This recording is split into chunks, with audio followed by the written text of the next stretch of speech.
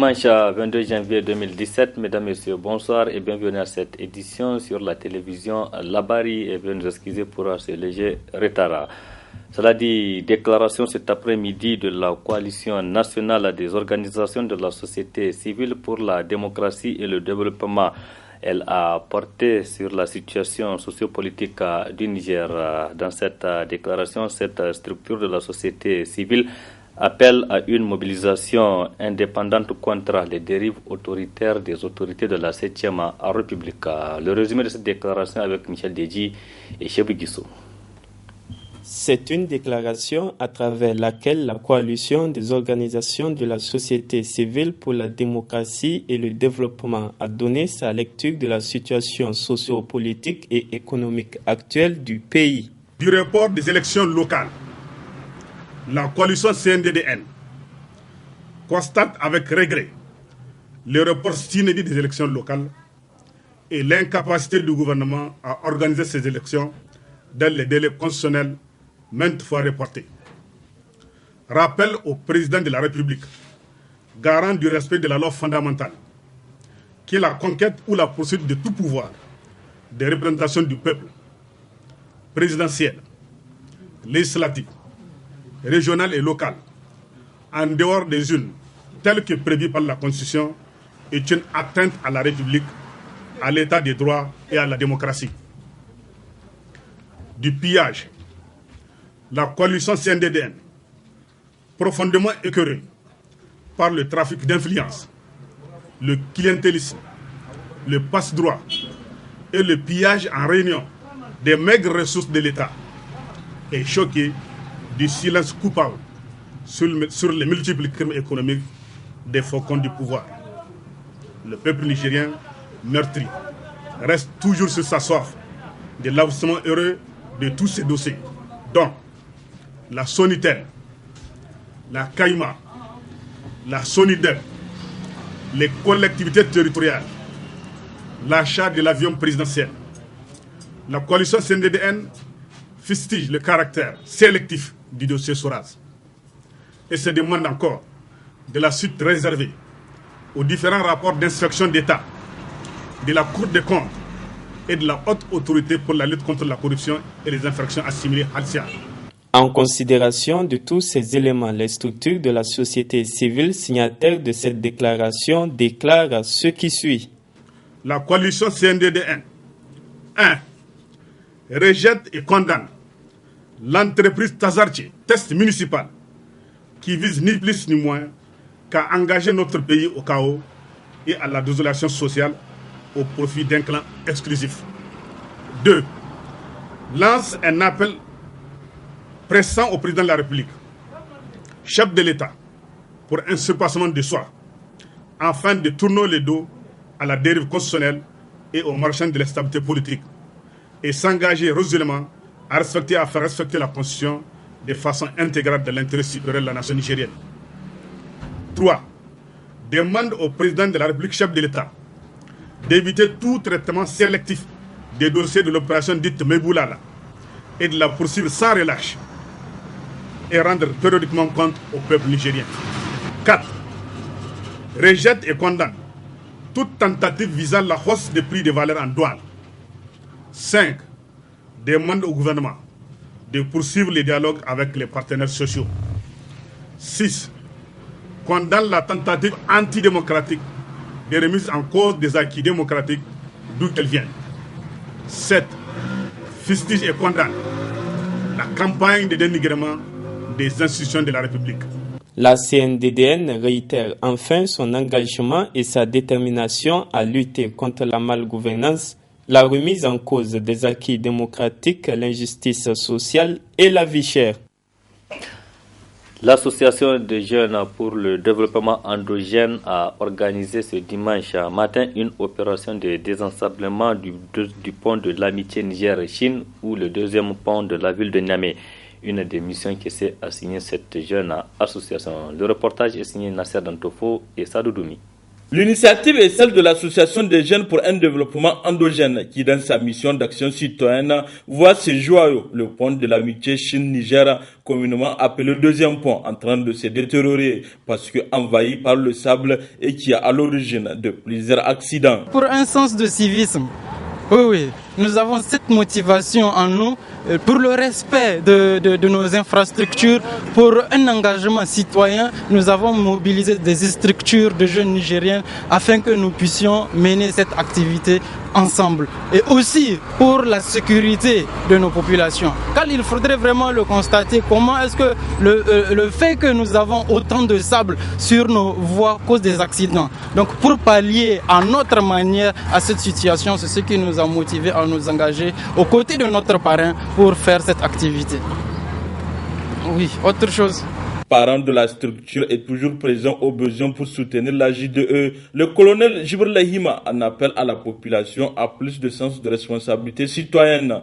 Nous avions vu que ce joyau est en train de se détériorer, qui est ce goudron, qui désengorge en même temps l'autre embouchure de la route de Saï. Le sable est en train de l'envahir. Non seulement ça va détériorer le goudron, mais aussi c'est pour la sécurité de nos parents, de nos enfants, de nos soeurs, de nos femmes, de tout le Nigérien. Parce que combien de fois on voit des motocyclistes qui tombent ici et qui sont du coup renversés par un autre véhicule. Donc tout ça là, je pense que la JDE, dont je suis le parrain, en train de faire des actions citoyennes, soit vraiment relevée. Dès que nous voyons quelque part où nous devions intervenir pour que vraiment la conscience nationale soit éveillée, je pense que cet éveil-là n'est pas de trop. C'est pourquoi nous appelons la population à vraiment protéger ce qui est mis à notre disposition. C'est ça qui est important. Parce que vous avez vu les goudrons par exemple, son véhicule tombe en panne, il laisse le gasoil là-bas, ça se détériore. Dans un pays, quand tu laisses le gasoil, on te fixe une amende. Au Niger, ça ne se fait pas. Le goudron va se détériorer avant même la garantie initiale donnée par le constructeur. Voilà tout ce problème-là que, quelque part, nous sommes en train d'attirer l'attention des gens et des autres pour que vraiment les Nigériens puissent savoir que c'est important de protéger son bien. La JDE est créée en 2009 et œuvre dans les actions citoyennes, une structure donc à encourager par la population et les autorités. De la littérature dans cette édition, allons à la découverte de la jeune Najwa Alkassoum Moulay, auteur d'un recueil de poèmes intitulé Ma philosophie de la vie.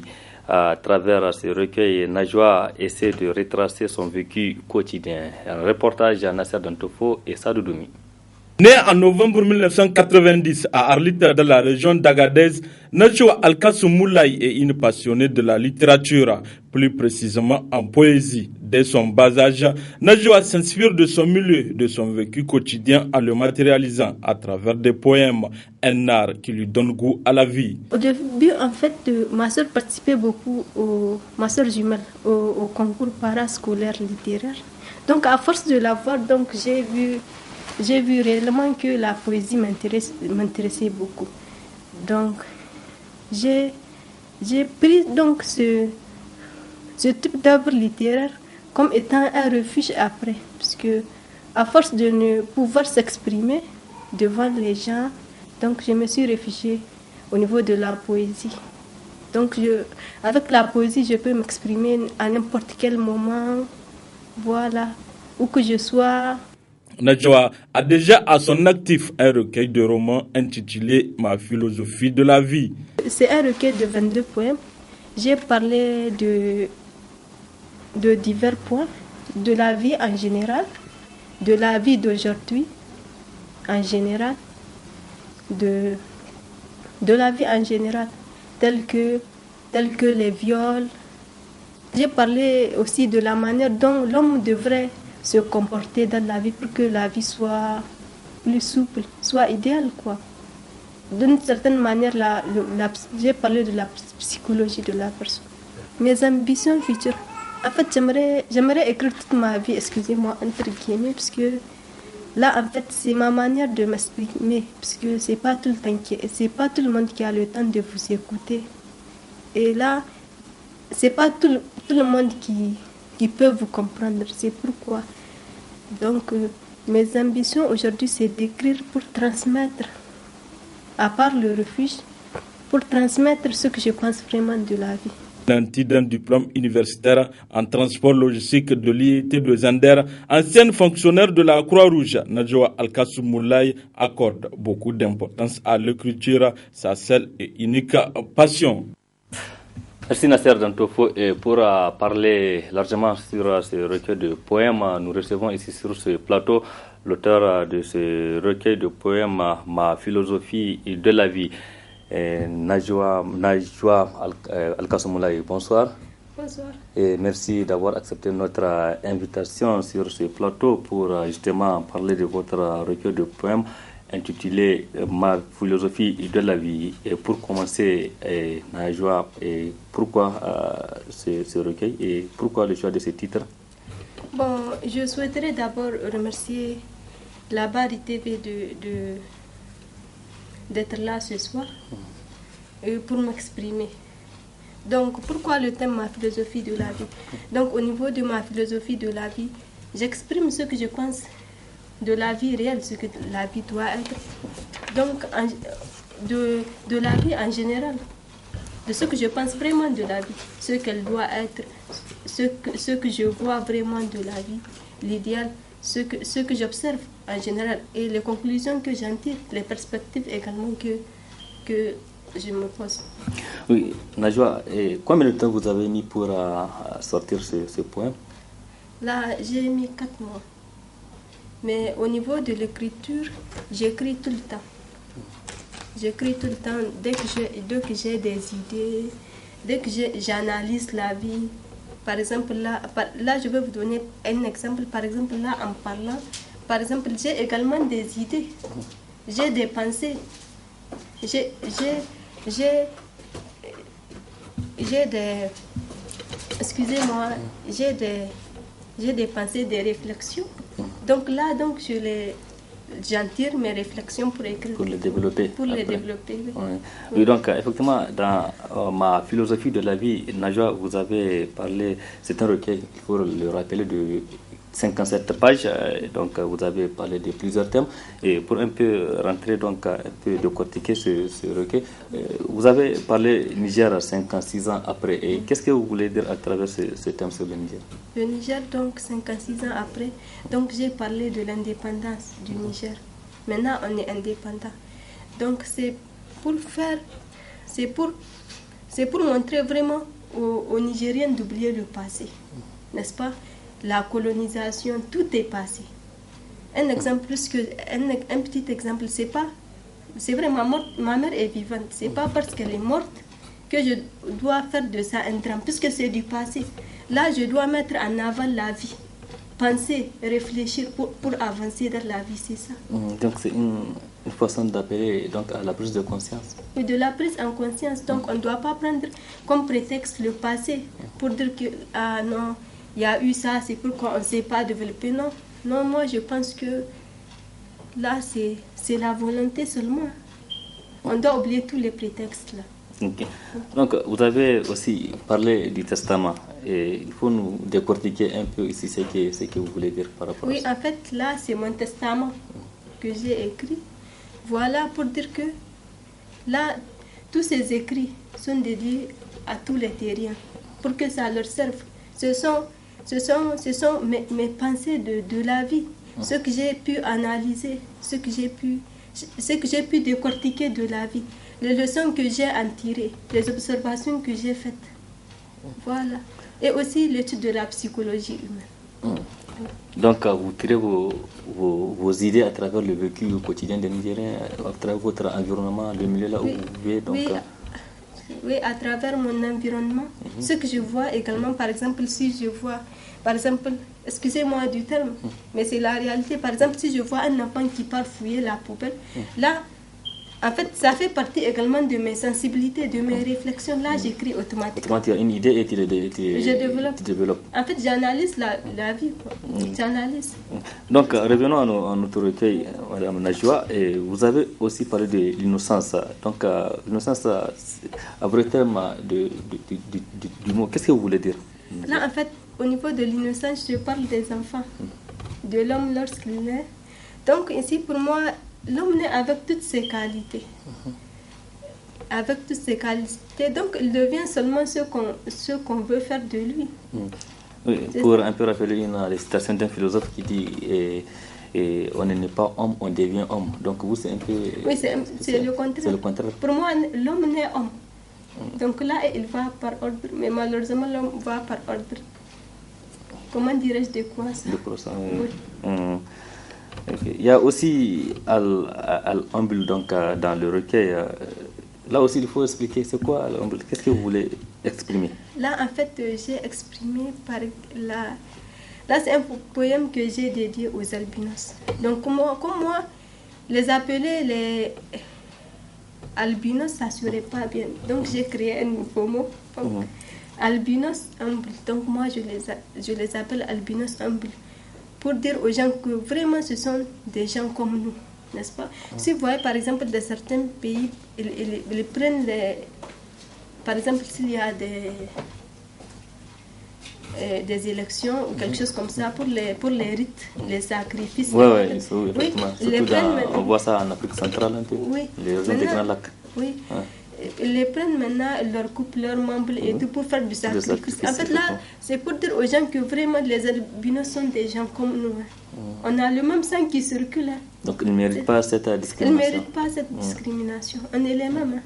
Donc, c'est ça, c'est un peu ce que vous avez essayé d'expliquer à travers ce poème. Oui. Donc, parlez-nous aussi, vous avez parlé de plusieurs thèmes dans le recueil, ma philosophie de la vie. Il y a aussi la tristesse, le bon sens, un peu le poignard. Pour aller très rapidement, il faut un peu... Ok, d'accord. Par exemple, au niveau de l'homme au grand cœur, la tristesse, en fait, j'explique les sentiments et les sentiments de l'homme d'une manière philosophique. Par exemple, comment l'homme doit-il se comporter au niveau de l'homme au grand cœur, c'est qu'il doit utiliser sa raison et sa conscience. S'il ne les utilise pas, un jour, finalement, ils vont le lâcher à jamais. Et aussi sur la tristesse aussi, c'est un sentiment qui nous affecte beaucoup, mais en réalité on ne sait pas ce que ça veut dire. Là j'ai positivé la tristesse, puisque là c'est un sentiment qui nous permet vraiment d'avancer dans la vie. C'est pas seulement négatif, c'est à travers la tristesse que l'homme se dit non. Par exemple, si je suis au bac, là c'est vrai je suis triste, mais là je vais me mettre en même temps un sentiment positif. C'est ça. Et là, je vais avancer. Donc, pour vous dire que la tristesse, c'est vraiment un sentiment qui permet aux hommes d'avancer. C'est ça. Donc, c'est une façon d'être toujours optimiste. Oui. C'est un peu parler de l'optimisme, c'est un peu ça. Oui. Donc, c'est la cause du courage de l'homme, comme on peut le dire. Comme tout a une cause. Il y a aussi le poignard d'un clin d'œil et aussi le suicide. Oui. Le poignard, ok. Au niveau du poignard d'un clin d'œil, par exemple, j'ai parlé vraiment des théories qui se font. Là, on a des enlèvements et tout. Donc, vous voulez parler un peu des actes terroristes? Oui, des actes terroristes, des enlèvements. Là, en fait, c'est pour dire aux gens qu'on doit se tenir la main. N'est-ce pas? On doit s'aimer. Qu'on doit s'aimer. Là, par exemple, si par exemple il y a eu un acte terroriste, j'ai remarqué que du jour au lendemain, là, on fait un deuil ou quelque chose comme ça, on oublie. On ne doit jamais oublier, on doit se dire que ça doit rester gravé dans notre mémoire. Oui, on doit arrêter tout ça. Donc c'est un peu ça que vous voulez un peu expliquer. Et donc, Najima, maintenant, ce recueil, ma philosophie de la vie est là. Et est-ce que vous avez d'autres projets pour de nouveaux recueils comme ça dans l'avenir? Vous avez des projets? Oui, j'ai des projets. J'aimerais vraiment écrire, puisque c'est mon seul refuge, comme je le dirais. M'exprimer, me faire comprendre, n'est-ce pas? Et immortaliser mes pensées, comme je le dirais. Et en dehors de ça, on peut parler de la vie un peu, de la personne même de Najwa. Najwa, qu'est-ce que vous faites actuellement? Vous étudiez ou qu'est-ce que vous faites? Bon, actuellement, j'étudie. Donc, je suis en master en management de la chaîne logistique. En même temps, donc, je me consacre à ma passion. Donc, vraiment, c'est une passion. Najwa, peut-être pour finir avec vous, et un petit appel à l'endroit de la jeunesse nigériane en général par rapport à ce genre de projet. Qu'est-ce que vous voulez lancer comme appel à l'endroit de la jeunesse? Qu'est-ce que vous allez à dire? Ok, donc à l'endroit de la jeunesse, dans le cadre de l'écriture, il ne s'agit pas de dire que je ne sais pas écrire ou bien que je ne sais pas quoi écrire. Non, pour moi, tout a un sens. Tout a un sens. Tout a un sens dans la vie. Ce que vous écrivez a un sens. Donc, j'encourage la jeunesse nigérienne à écrire et c'est un véritable refuge. Et également, en ce qui est de la poésie, c'est vraiment une œuvre littéraire facile pour exprimer ses pensées. Oui. Pour se défouler de certaines choses aussi. Oui. Ok, donc Najwa Alkassoum Moulay, je vous remercie. Je rappelle que vous êtes auteur de recueil de poèmes intitulé Ma philosophie de la vie. Et merci Najwa d'avoir accepté notre invitation et surtout bon courage pour la continuité. Et restez avec nous pour suivre la suite de cette édition si vous le voulez bien. Les agents des collectivités territoriales de la ville de Niamey accumulent, comme vous le savez, 7 mois d'arrêt de salaire. Ces travailleurs exigent le paiement de tous ces mois des arriérés. Ils l'ont dit dans une déclaration rendue publique en fin de cette semaine. Ces agents menacent d'ailleurs d'aller en grève de 5 jours à compter de lundi jusqu'au vendredi. Revenons sur leur déclaration dans cet élément signé Asma Ouseidou et Chebou Guissou. Les agents des municipalités de la ville de Niamey accumulent déjà près de 7 mois d'arriérés de salaire, ce qui met ainsi ces travailleurs dans une situation de précarité, situation faisant l'objet de cette déclaration. Mettant ainsi les travailleurs dans une situation de précarité totale, d'humiliation de tout genre, ne pouvant même plus assurer le quotidien. Certains de nos agents sont mis hors des maisons avec leurs familles par les propriétaires des maisons, sous le regard indifférent des autorités de tutelle, à savoir le gouverneur et le ministre de l'Intérieur. Des rumeurs font état du paiement de ces arrêts de salaire aux agents de la ville de Niamey. C'est pourquoi nous tenons à informer l'opinion publique que le dernier salaire qui a été payé fut celui du mois de juin. Depuis lors, rien ne nous a été versé, et cela jusqu'à cette date. Ce qui fait toujours un total de 7 mois d'arrêt de salaire d'impayés. Des parcelles contre-arriérés de salaire proposées par les autorités municipales, mais ces travailleurs refusent cette proposition. Cette proposition a été rejetée à l'unanimité par les travailleurs de la ville de Niamey, eu égard aux engagements pris par ceux-ci au niveau des banques et des tierces personnes. Et pire encore, les parcelles qui nous ont été proposées ne sont même pas disponibles car ce sont des parcelles à problème. Constatons que les autorités municipales tentent de léser les travailleurs en leur proposant des parcelles qui ne sont pas viables. Que ces autorités sachent que nous n'accepterons jamais ces parcelles. Ces travailleurs exigent le paiement total des arriérés de salaire à liquidité.